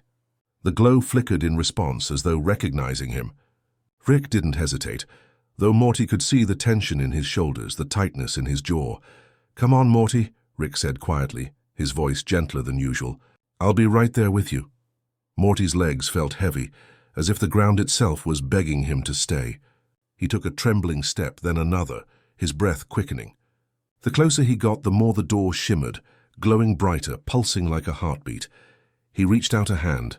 The surface of the light rippled under his touch, cool and fluid like water, but humming faintly like electricity. It wasn't painful. It was strange, familiar in a way he couldn't explain, like dipping his hand into a childhood memory. Morty glanced back at Rick. His grandfather gave a small nod. That was enough. Together they stepped through. The sensation was unlike anything Morty had ever felt. The air thickened, then thinned. For a moment he thought he couldn't breathe. Shadows wrapped around him, not pulling, not pushing, just guiding. He felt stretched, then folded, then carried. His body was his, and yet not his, like he was both here and somewhere else entirely. When the light faded, Morty stumbled, catching himself on shaky legs. He blinked rapidly, heart racing, trying to understand where he was. It looked the same, almost. The street stretched before him intact. Houses stood tall, their lights glowing warmly. The sky was whole again, stars steady, the moon full and pale. He heard the faint bark of a dog, the hum of crickets. It was his neighborhood, but not his. Rick stood beside him, scanning the scene. His face was unreadable, but his eyes were sharp, taking in every detail. "We're here," he said simply. Morty turned slowly, his gaze falling on a house, their house. The curtains glowed faintly from within, the shadows of movement passing across them. It looked alive, familiar, safe. But Morty knew. Deep in his chest he knew the truth. "Rick," he whispered, his voice cracking, We're not the only ones here, are we?" Rick exhaled. "No, Morty, we're not." Morty's knees weakened. He clutched at his stomach, his breath trembling. The thought was unbearable. Another Morty, another Rick, living their lives inside that house, unaware of what was about to come. Rick placed a hand on his shoulder again, grounding him. "Listen, Morty, this isn't about fairness. It's about survival. We lost our world. This one's close enough. Close enough to keep going." Morty stared at the house, tears welling in his eyes. He wanted to run inside, to see his mother, his father, his sister, to believe they were his. But he knew they weren't, not really. They belonged to someone else, versions of himself and Rick who had never made the mistakes they did. The door behind them flickered faintly, then vanished, as though it had never been. There was no going back, Morty shivered. "It feels wrong, Rick, it feels so wrong." Rick's expression softened, his tired eyes glinting with something Morty rarely saw. Sorrow. "It is wrong, Morty, but sometimes wrong is all we've got." Morty wiped his eyes with his sleeve, nodding faintly. He didn't have words. He only had the sound of his own breathing, the weight of Rick's hand on his shoulder, and the quiet hum of a world that was almost his. But not. The two of them stood together in the night, carried not by shadows this time, but by the quiet knowledge that they had crossed into another self-story. And though the horror of it lingered, so did the awe. The universe had given them a door, and they had stepped through. Somewhere else had become their only home. The night pressed close, cool and fragrant with the scent of cut grass and damp earth. Morty stood at the edge of the yard, his heart beating like a drum in his chest. Before him loomed the house, their house and yet not. Its windows glowed faintly with amber light. The porch lamp hummed softly, insects orbiting in tired spirals. From the outside it looked alive, familiar, safe, but Morty knew better. Inside were shadows that wore his family's faces. A mother who wasn't his mother, a father who wasn't his father, a sister who wasn't his sister. They belonged to another Morty, another Rick who no longer walked this world. The thought sent a shiver through him, cold and final. Rick's hand tightened briefly on Morty's shoulder. "Come on, Morty," he muttered, voice husky but low. "We don't have all night." Morty nodded faintly, though every muscle resisted. His feet dragged across the path as they approached the door. Each step echoed too loud in his ears, though the world itself was quiet. Even the crickets seemed hushed, as though they too understood the weight of what was happening. Rick reached for the doorknob. Morty half expected it to resist, to remind them they didn't belong, but it turned easily, as if the house itself had been waiting. The door opened with a soft creak. Inside, the air was warm, tinged with the faint smell of coffee and detergent. The living room stretched before them, the same couch, the same rug, the same photos on the wall. Yet something was off. A silence lingered in the corners, deep and unsettling, like the hush after a storm. Morty froze in the doorway, his breath trembling. He could see the family photo above the fireplace, himself, or rather another version of himself, smiling awkwardly beside Summer, Beth, and Jerry. Rick stood behind them, his smirk sharp and proud. The sight cut deep. That's not us, Morty whispered, his throat tight. Rick exhaled slowly. Doesn't matter, Morty. It will be soon enough. The words were meant to steady, but they didn't. Morty stepped forward reluctantly, the carpet soft beneath his shoes, the air too familiar. He half expected someone to walk in, Summer with her headphones, Beth carrying a glass of wine, Jerry fumbling with the TV remote. But no one came. The house was empty, still waiting. Rick closed the door behind them, the latch clicking like the end of a chapter. He moved through the living room with practiced ease, as though he'd always belonged here. Morty followed, his eyes darting nervously to every corner, every shadow. In the kitchen, 2 mugs sat in the sink, one with a lipstick stain on the rim. A newspaper lay folded on the counter, half read, its headlines meaningless in this borrowed world. Morty touched it with trembling fingers, then pulled back as if it burned. "This isn't right, Rick," Morty whispered. We're stealing their lives." Rick poured himself a glass of water from the tap, drank, and leaned against the counter. "We're not stealing, Morty, they're gone. We're just filling the space." Morty shook his head. "But what if they're not gone? What if—" Rick cut him off gently. "They are, Morty, I made sure." His voice cracked just faintly, almost imperceptibly. "This is ours now. Like it or not." Morty stared at him, searching for something, remorse, fear, hope. Rick's face was lined with exhaustion, his eyes distant. But beneath it all, Morty caught a flicker of sorrow. That was enough to silence him, though it didn't soothe the ache in his chest. They moved down the hall together, their footsteps muted on the hardwood floor. The rooms were exactly as they remembered. Summer's door was shut, a poster curling at its edge. Beth and Jerry's room carried the faint hum of a fan. The bathroom light buzzed faintly, though no one had turned it on. Morty paused outside his own room. His hand hovered above the doorknob. He wasn't sure he could face it. Rick gave him a look, unreadable, but didn't push. After a moment, Morty turned the knob and stepped inside. The room was perfect. His bed was unmade, a notebook sprawled across the desk. Posters clung to the walls, one corner peeling just slightly. A pair of sneakers lay on the floor, scuffed and familiar. It was his room, but it wasn't. On the nightstand sat a photo frame. Morty picked it up with trembling hands. It showed him, or the other him, standing awkwardly at a school dance. Jessica was beside him, her smile bright, her hand on his arm. Morty's stomach twisted. He set the photo back down carefully, almost reverently. Then he sat on the edge of the bed, burying his face in his hands. Rick leaned against the doorframe, silent for a long moment. Then he said softly, "Morty, it'll feel wrong for a while. But eventually it won't." Morty looked up, tears welling in his eyes. "But I'll know, Rick, I'll always know." Rick's gaze darkened, but he didn't argue. Instead, he stepped into the room, sat beside Morty, and rested a hand on his shoulder. The gesture was heavy, grounding. "You're not alone, Morty," Rick murmured. "That's what matters." Morty swallowed hard, nodding faintly. His chest ached, but the warmth of Rick's presence steadied him. The house was empty, yet it held echoes of lives they couldn't claim. They would walk its halls, eat at its table, sleep in its beds, and pretend. Pretend until pretending became real. As the night deepened, Morty lay in the bed that wasn't his. The sheets smelled faintly of detergent and sunlight. He stared at the ceiling, his thoughts heavy, his body weary. Rick sat in a chair by the window, a silent sentinel, flask in hand. He didn't speak, didn't move, only watched the stars beyond the glass. The house sighed softly around them, wood settling, pipes groaning. It was alive but empty, familiar but strange. Morty closed his eyes, and for the first time he understood what it meant to live in a place that wasn't truly yours. Yet in the stillness, with Rick nearby, he also felt a fragile kind of safety. Not the safety of belonging, but the safety of presence. And maybe for now that was enough. The empty house cradled them both, carrying the weight of what had been lost and what could never be again. And in its silence, Morty drifted into uneasy dreams, caught between worlds, caught between selves. The night air was cooler in the backyard, touched with dew and the faint scent of soil.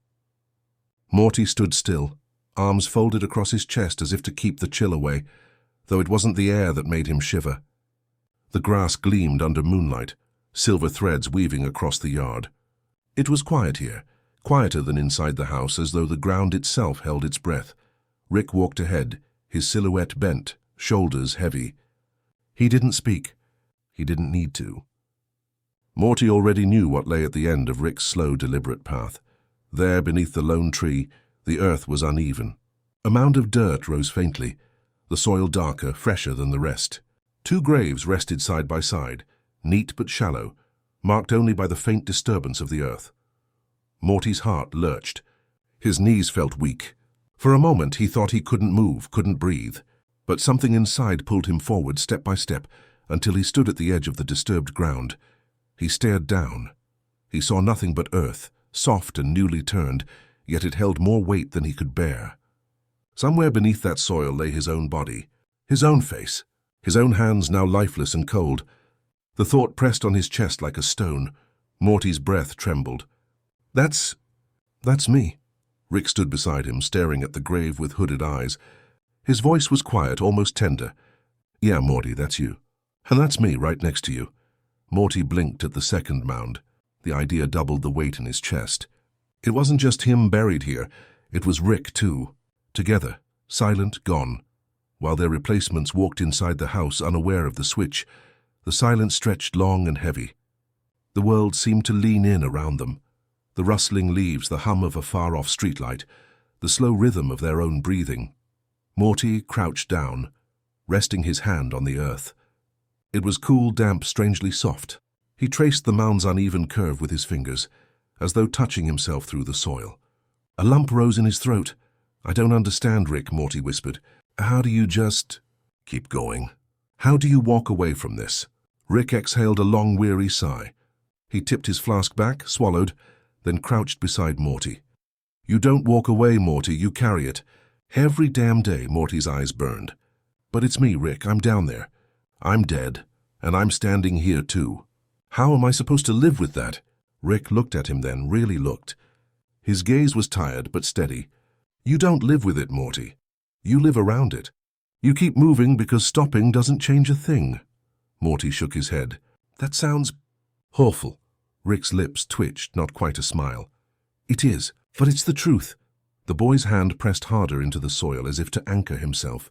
He felt small, fragile, like a whisper that could vanish in the wind. The thought of his own grave beneath his touch filled him with a strange mix of fear and awe. Fear of what it meant, awe that he still breathed, still stood, still lived while another him did not. The moon slid higher, painting the grave in pale light. Morty's eyes blurred with tears. He blinked them back, but they fell anyway, dampening the soil. He didn't wipe them away. The ground could have them. Rick shifted beside him, pulling his coat tighter.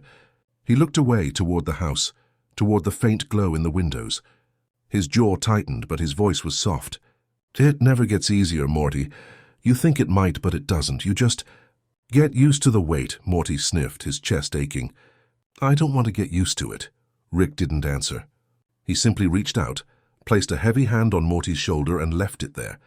No words, no explanations, just presence. They stayed like that for a long time, crouched beside the earth that held their bodies.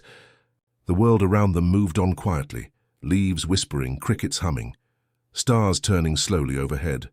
Time stretched, softened, became dreamlike. At last Morty whispered, "It feels like a lullaby, but the kind that makes you sad, not sleepy." Rick's lips pressed into a thin line. "Yeah, Morty, that's about right." Morty closed his eyes, letting the sounds of the night wash over him. The earth smelled rich, damp, alive. Beneath it he imagined his own stillness, his own face frozen forever. Yet here he was, breathing, trembling, holding on. He opened his eyes again, looking at Rick. "Do you ever think, maybe we're not supposed to be here? Maybe we should have stayed gone?" Rick's gaze flicked back to the graves, then to Morty. For a heartbeat, something unguarded shone in his eyes. Sorrow, regret, love, all tangled together. He swallowed hard. "We're here, Morty. That's all that matters now." Morty nodded faintly, though the answer didn't soothe him. He didn't think anything could. But Rick's presence, warm and solid beside him, kept him from drowning in the thought. They rose slowly, standing side by side before the graves. Morty's hand lingered on the mound one last time. He whispered a soft, broken goodnight, not to the world, not to anyone in particular, but to himself buried below. Then he turned back toward the house, his steps heavy, his heart heavier still. Rick followed, silent, his flask hanging limp at his side. As they reached the porch, Morty glanced back once more. The graves glowed faintly under the moon, two quiet shapes in the dark. They looked almost peaceful, like a pair of sleepers resting beneath a blanket of earth. The boy shivered, then stepped inside, leaving the night behind. The backyard remained still, holding its secrets, its silence, its graves. The earth cradled what was gone, while the house held what continued. And somewhere between the two, Morty carried both, the living and the dead, the boy he was and the boy he could no longer be. The night deepened. The stars wheeled slowly above. The world went on indifferent, eternal, and the graves waited silent and unchanging, as though humming their own quiet lullaby. Its walls settled with small creaks. The pipes whispered faintly. The fan hummed in Beth and Jerry's room down the hall. The glow from the street lamp outside stretched long shadows across the carpet. Everything was still, peaceful on the surface. But beneath that stillness, the house carried a weight neither brick nor wood could bear. Rick sat in the kitchen, hunched over the table. A bottle of amber liquid stood before him, nearly half gone. The glass in his hand sweated in the dim light. He swirled it slowly, watching the liquid catch the moonlight through the window. His eyes were dull, his face lined deeper than usual. He looked less like a genius and more like an old man, worn down by miles only he remembered. He lifted the glass and drank, slow and steady. The burn in his throat was familiar, almost comforting. He had taught himself long ago that some pains could be drowned, if only for an hour. Yet no matter how much he drank, the silence remained. Rick exhaled a long sigh, staring at the table. Two small rings marked the wood, the ghosts of cups left there by another Beth, another Jerry. A forgotten grocery list clung to the fridge, written in a familiar but not quite right hand. Everywhere he looked, reminders whispered, "This life isn't yours. This home isn't yours." He tipped the glass again. The burn settled heavy in his stomach. His hand trembled slightly as he set the glass down. For once, there was no invention to distract him, no equations to scribble, no machine humming in the background, just silence. And the silence was louder than anything he'd ever built. Rick rubbed his face with both hands. His palms pressed into his eyes until colors swam in the dark. He thought of the grave outside, the soil still soft, the body of himself lying in that dirt. He thought of Morty, his other self, buried beside him. Two lives extinguished, two imposters walking free. It was efficient, logical, the only way forward. So why did it ache like this? He poured another glass, the liquid glugging softly. The sound filled the room like a sigh. He didn't lift it yet, only stared at it.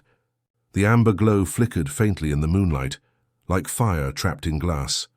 For a moment his mind drifted, not to equations, not to cosmic theories, but to Morty. The boy was asleep down the hall. Rick had seen him fold into bed earlier, his face pale, his hands trembling even under the blanket. He'd looked smaller than usual, like a shadow of himself. Rick had lingered by the doorway longer than he admitted, watching the slow rise and fall of Morty's chest, the way his lips parted faintly in dreams. He hadn't gone to bed himself. He couldn't. Sleep never came easy, and tonight it felt impossible. The house was too heavy, too full of ghosts. Rick reached for the glass, then paused. He turned his head slightly, listening. The house was quiet. Morty's room was quiet. He needed to be sure. Rick pushed back his chair and stood. His steps were soft on the hardwood floor as he moved down the hall. He paused outside Morty's door. It was slightly ajar, the faintest line of moonlight cutting across the carpet. He eased it open just enough to see inside. Morty lay curled on his side, facing the wall. His shoulders rose and fell in a slow rhythm. One hand rested against his pillow, his face slack with sleep. He looked fragile but at peace. Rick stood there for a long moment, the doorframe cool against his palm. His throat tightened. He had buried Morty once tonight. He couldn't bear the thought of losing him again. Not this Morty, not the one still breathing. Satisfied, he pulled the door gently closed, leaving only a sliver of space. Then he turned back down the hall, his chest heavy but steady. In the kitchen, the glass waited. He picked it up, drank deep, and let the warmth spread through him. But the warmth didn't touch the ache. It never did. Rick slumped back into the chair. He tilted his head toward the window, where the moon hung low over the backyard. He could almost see the graves from here, 2 soft mounds of earth bathed in silver light. He looked away quickly, but the image remained in his mind. Another drink, another sigh, another silence that stretched too wide. His hand trembled again, more now than before. He clenched it into a fist, then opened it slowly, staring at the lines etched into his skin. These were the hands of a man who built universes, who tore open dimensions, who had cheated time and death more than once. Yet they shook like any old man's hands. Rick leaned back, closing his eyes. The alcohol tugged at him, softening the edges, but it didn't soothe. His thoughts drifted in circles. Morty's face in the moonlight, Morty's tears at the grave, Morty's quiet breathing in bed. He whispered into the silence, so low even he barely heard it. "I'm sorry. Morty." The words hung in the air, fragile, almost weightless. Then they were gone, absorbed into the stillness of the house. Rick tipped the glass one last time. Then he set it down and folded his arms on the table. His head sank into them, his breath slow and uneven. He didn't cry, he hadn't in years, maybe decades. But the ache behind his eyes felt close enough. Outside, the night deepened. The house sighed, wood shifting as though it too carried a sorrow. The moonlight stretched across the kitchen floor, a silver blanket neither warm nor cold. Rick sat there in silence, the quiet sorrow of a man who had lost everything and still carried on. He was genius and fool, destroyer and protector, sinner and guardian. But more than anything, he was tired. Still, he had checked on Morty. That was enough to keep him upright even now. Enough to let him drink without collapsing. Enough to let him sit in silence and endure the weight. The night cradled him in its stillness. And somewhere in the house Morty slept on, unaware of the watchful eyes that had guarded him in the dark. Rick closed his eyes and let the silence take him, if not to rest, then at least to quiet. It began the way dreams often do, without warning, without sense, just a slow unfolding into somewhere else. The bed beneath him faded into a cloud, soft and weightless, carrying him across an endless midnight sky. His body floated lightly, as though gravity had forgotten him. The air smelled faintly of sandwiches, peanut butter, warm bread, melted cheese. The scent rose on invisible winds, wrapping around him with a strange comfort. Morty didn't question it. Dreams didn't need to make sense. Above him, the stars were not distant but close. They pulsed gently, like lanterns swaying on unseen strings. Some of them hummed softly, each note a lullaby.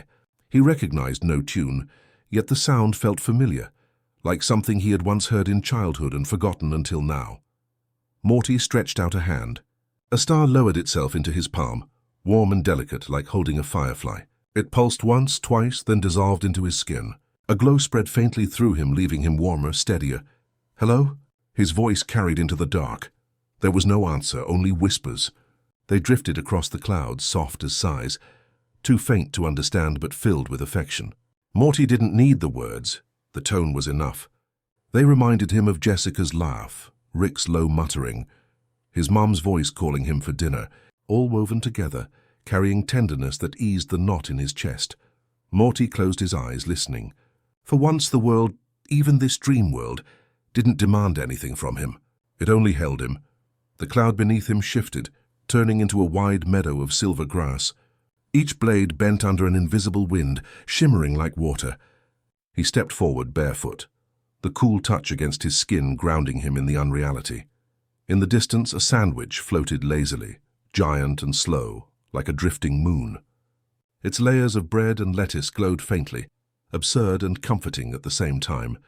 Morty laughed softly, the sound surprising even himself. The laughter melted into the meadow, blending with the whispers that carried on the breeze. He walked. The meadow stretched endlessly, but he felt no need to reach its edge. Each step felt light, like moving through memory rather than space. Shapes shimmered in the grass, silhouettes of people he knew. He saw Summer chasing fireflies, her laughter trailing behind her. He saw Beth, younger somehow, sitting cross-legged with a book. He saw Jerry holding a kite that never quite rose, and then he saw Rick. Not the Rick who had stood at graves, weary and silent. Not the Rick who drowned his sorrow in glass after glass. This Rick was smiling faintly, tinkering with something in the grass, a toy-sized portal gun glowing softly. He didn't look up, but Morty knew he was aware of him. "Rick," Morty whispered. The figure flickered like static on an old screen. Then it was gone, the grass swaying gently where he had stood. Morty's chest tightened. The whispers grew louder, though still impossible to understand. Yet they seemed to tell him, "You are not alone." The meadow dissolved into water. Morty found himself standing in a shallow lake, the surface smooth as glass. The stars above reflected perfectly, as though the sky had been doubled. He bent down and touched the water. Ripples spread outward, bending the stars into soft spirals. For a moment, Morty's reflection stared back at him, but older. His face lined, his eyes tired but kind. He reached toward it, and the reflection reached back. Their fingertips touched, the water cool against his skin, and Morty felt a strange peace fill him. "Is this me?" he asked softly. The reflection smiled faintly. It didn't speak, but its silence was answer enough. Then it faded back into ripples, leaving only stars. Morty lay down in the water, yet he did not sink. The surface held him gently, rocking him as though it were a cradle. Above, the stars began to move, forming shapes. A sandwich, a cloud, a pair of hands holding one another. Then the shapes shifted into Rick's face, Jessica's smile, and finally his own. Morty closed his eyes. The whispers grew softer, settling into a rhythm like breathing. He felt himself drifting deeper, but not into fear. Into rest. The lake became a bed again. The stars became the faint glow of the moon through his bedroom window. The whispers became the creaks of the house, the quiet of night. Morty stirred once, half waking, then sank back into his pillow. His lips curved faintly, almost a smile. Somewhere in the house, Rick sat in silence. Somewhere in Morty's dreams, the stars still hummed, and the boy slept on, carried by other worlds only he could see. The ruined world outside their window was still, too still, like a painting left unfinished. Houses leaned at odd angles, colors smeared across the sky as if the brush had slipped. Yet within the small shelter Rick and Morty had chosen, there was a peculiar calm. Morty woke first. He lay on his side, staring at the faint outline of the door, listening to the quiet hum of air that didn't belong, a silence too deep for any real world. Beside him, Rick sat slumped in a chair, head tilted back, eyes closed. A flask rested loosely in his hand, but it wasn't lifted. For once, Rick had fallen asleep before the drink was gone. Morty studied him for a long time. Rick looked older in sleep, but not just from wrinkles. There was a weariness deeper than age, the kind that came from carrying too much too long. Morty thought about what Rick carried. Not just the flask, not just tools and gadgets, but pieces of worlds, fragments of choices. Morty thought about what Rick carried. Not just the flask, not just tools and gadgets, but pieces of worlds, fragments of choices, regrets wrapped up in silence. And he thought about what he himself carried now. Memories that weren't supposed to be his. Images of people twisted by a potion, voices fading into whispers. When Rick stirred awake, he didn't greet Morty, he never did. He only shifted in the chair, rubbed his face, and set the flask aside with a soft clink. His voice was rough when he finally spoke. "Pack light," Rick muttered. "We move on soon," Morty nodded. He didn't ask where. There wasn't really a where anymore. Only another stretch of road, another fragment of a world. They gathered their things. Rick's hands moved quickly, precise even when tired. He picked only what was useful. A lighter, a scrap of metal, a half-working tool. Everything else he left behind without a glance. Morty watched, trying to understand. "Why don't you take more?" Morty asked softly. Rick shrugged, not looking up.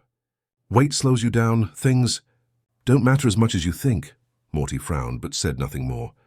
Still, he noticed the contradiction. Rick didn't pack the broken gadgets, yet he always kept the tiny photo tucked in the lining of his coat, a faded picture Morty had glimpsed once and never dared to ask about. Some things Rick carried, even when they had no use. They walked through the streets, the sky shifting colors overhead like bruises healing slowly. Morty stepped over cracked pavement, past remnants of lives that had once been ordinary. A child's bicycle rusting in the grass, a mailbox leaning against nothing, curtains moving gently in an empty window. Morty felt the weight of it pressing on him. But Rick walked on, shoulders steady, gaze forward. He didn't flinch at the echoes of what they'd lost. He didn't stop to linger. Yet Morty began to see in the way Rick's eyes lingered for half a second too long on that bicycle, in the way his hand brushed the curtain edge without meaning to, that Rick carried it all even if he pretended not to. He carried it differently, quietly. They reached a hill outside the city, the grass bent low under strange winds. Rick sat down first, pulling something from his pocket. Morty expected the flask, but instead it was a small notebook, its pages filled with scattered numbers and half-thought equations. Rick stared at it for a while, then closed it gently. Morty sat beside him. The silence stretched. Finally Rick spoke, softer this time. "You can't save it all, Morty.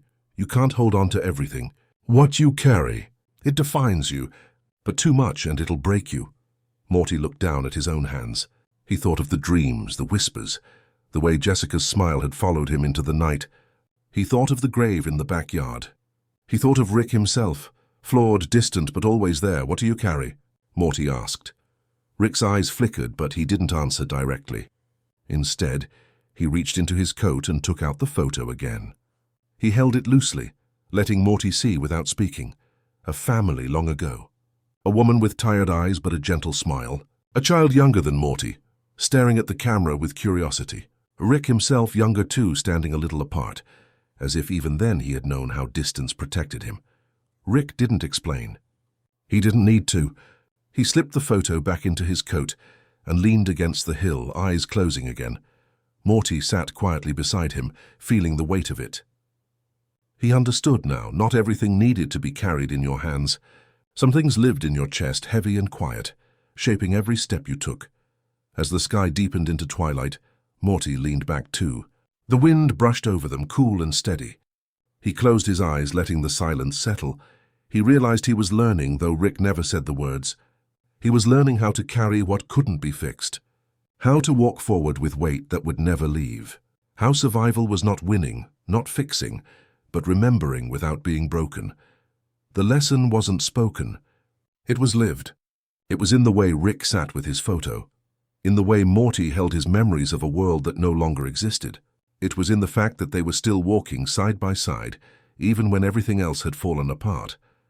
As night settled, Morty thought, maybe this is what it means. To carry someone not because you have to, but because you want to. Because you can't imagine setting them down. Rick didn't say it, but Morty knew he felt the same. And under the darkening sky, they carried each other. The world they left behind lingered in Morty's mind the way dreams do, blurred at the edges, heavy with feelings that made no sense. It was there when he closed his eyes, like a photograph left in sunlight too long, the colors bleaching into ghostly pastels.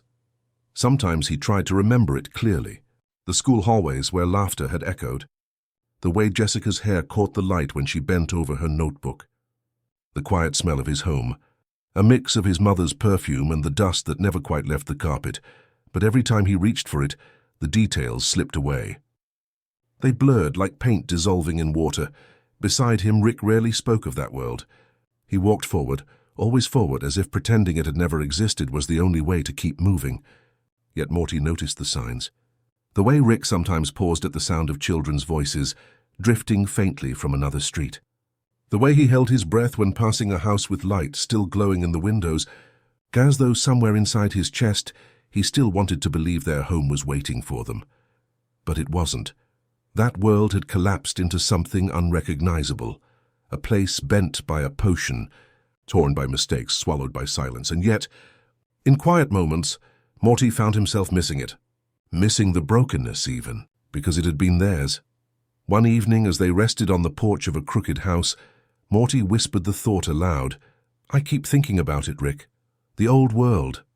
Like, it's still there, just waiting. Like maybe if I closed my eyes hard enough, I'd wake up and be back at school. Back home like none of this happened. Rick didn't look at him. He only took a slow sip from the flask, his eyes fixed on the horizon where the sky melted from deep navy into bruised violet. That world's gone, Morty, Rick said finally, voice low. It wasn't strong enough to last. Morty's throat tightened. He wanted to argue, but instead he let silence stretch. The sky shifted, stars trembling awake one by one. But then Rick surprised him. He leaned back, staring at those stars as though they held memories of their own, and continued in a softer tone. Doesn't mean it wasn't real. Doesn't mean it didn't matter. The words lingered, more powerful for how rarely Rick said such things. Morty felt them settle into him, like pebbles dropping into a still pond. Later that night, Morty dreamed. In the dream, the world they'd left was whole again. Streets gleamed with rain, reflecting the warm glow of windows. Jessica smiled at him across the classroom, her eyes gentle. His family sat together at the table, laughter bubbling between them like a song. Even Rick was there, leaning back in his chair, pretending not to care but secretly smiling. Morty knew, even in the dream, that it wasn't real. But it didn't matter. For a few heartbeats he carried it, whole and intact. When he woke, Rick was already awake, tinkering quietly with some small device that sparked faintly blue. Morty didn't mention the dream. Instead, he simply sat beside Rick, letting the hush of morning wrap around them. As they walked that day, Morty found himself noticing details more than usual. The way the grass bent in patterns like waves frozen mid-motion. The way the air tasted faintly metallic, as though the sky itself had cracked. The way silence here was not empty, but heavy, filled with echoes of what once was. It struck him that maybe the world wasn't gone. Not entirely. Maybe it lingered in them. In the way Morty still remembered Jessica's smile, in the way Rick still carried that photograph. Maybe the world lived on in fragments inside the ones who walked away.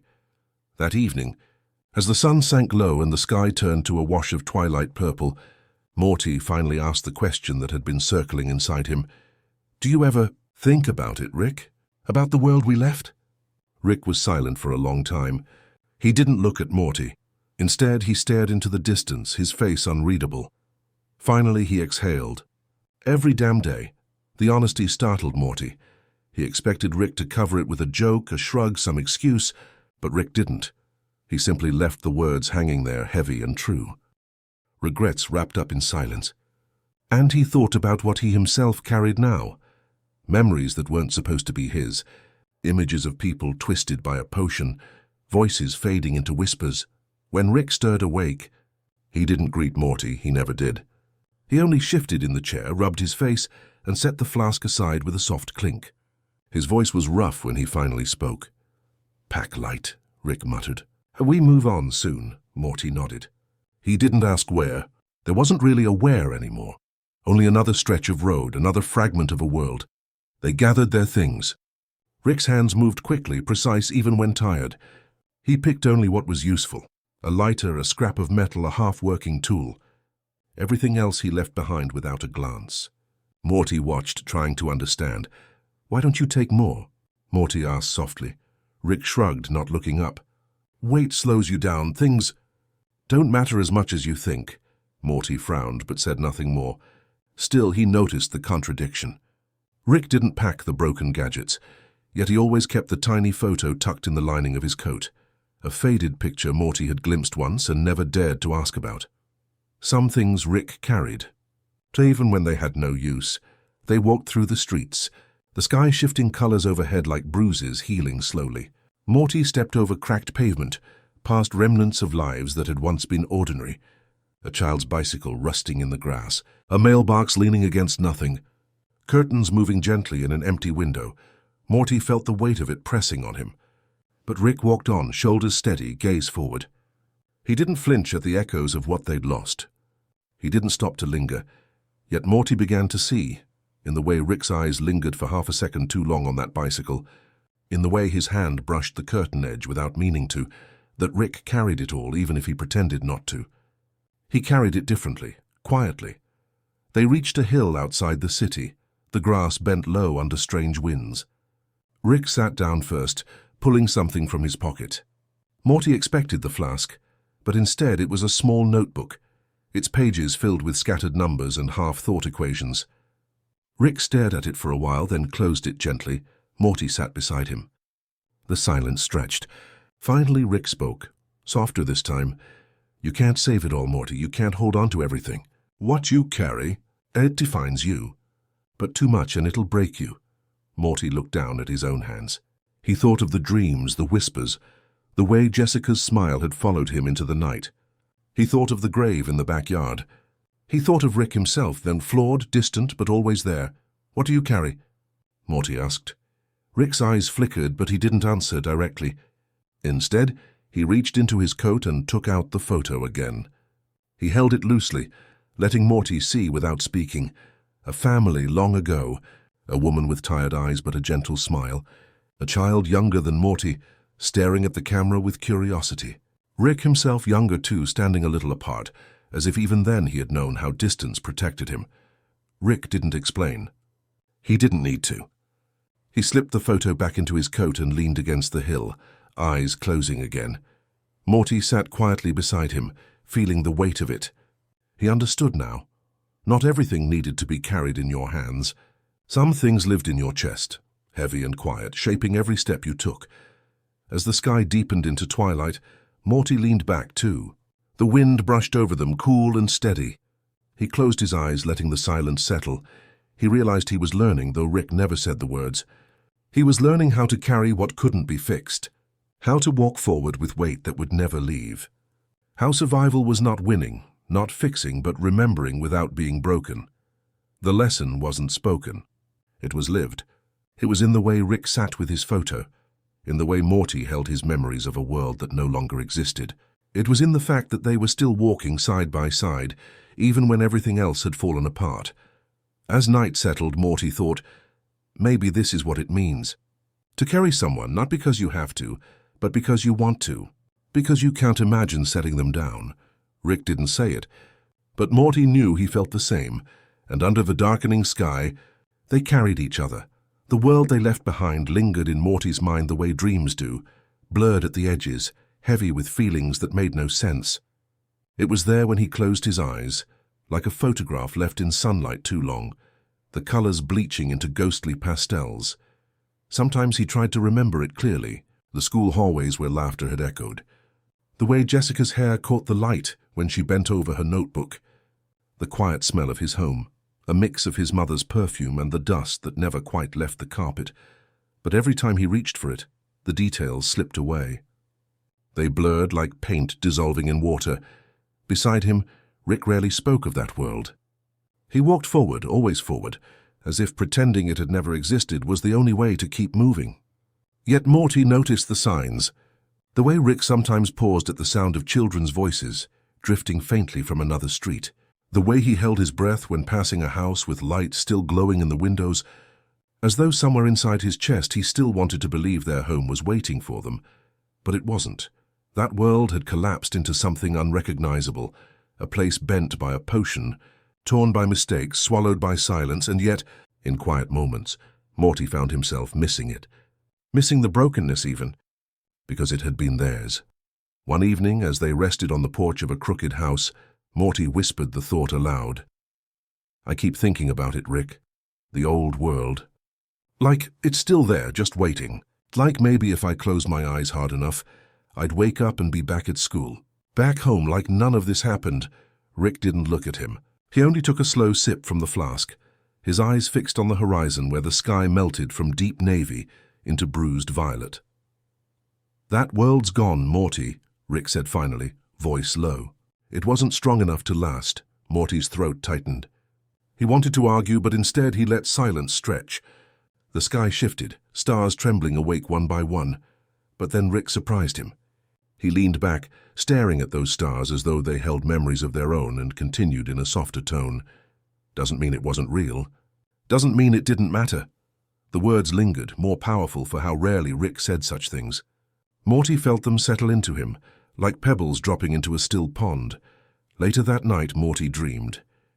In the dream, the world they'd left was whole again. Streets gleamed with rain, reflecting the warm glow of windows. Jessica smiled at him across the classroom, her eyes gentle. His family sat together at the table, laughter bubbling between them like a song. Even Rick was there, leaning back in his chair, pretending not to care but secretly smiling. Morty knew, even in the dream, that it wasn't real. But it didn't matter. For a few heartbeats he carried it, whole and intact. When he woke, Rick was already awake, tinkering quietly with some small device that sparked faintly blue. Morty didn't mention the dream. Instead, he simply sat beside Rick, letting the hush of morning wrap around them. As they walked that day, Morty found himself noticing details more than usual. The way the grass bent in patterns like waves frozen mid-motion, the way the air tasted faintly metallic, as though the sky itself had cracked. The way silence here was not empty but heavy, filled with echoes of what once was. It struck him that maybe the world wasn't gone. Not entirely. Maybe it lingered in them. In the way Morty still remembered Jessica's smile. In the way Rick still carried that photograph. Maybe the world lived on in fragments, inside the ones who walked away. That evening, as the sun sank low and the sky turned to a wash of twilight purple, Morty finally asked the question that had been circling inside him. "Do you ever think about it, Rick? About the world we left?" Rick was silent for a long time. He didn't look at Morty. Instead, he stared into the distance, his face unreadable. Finally, he exhaled. Every damn day.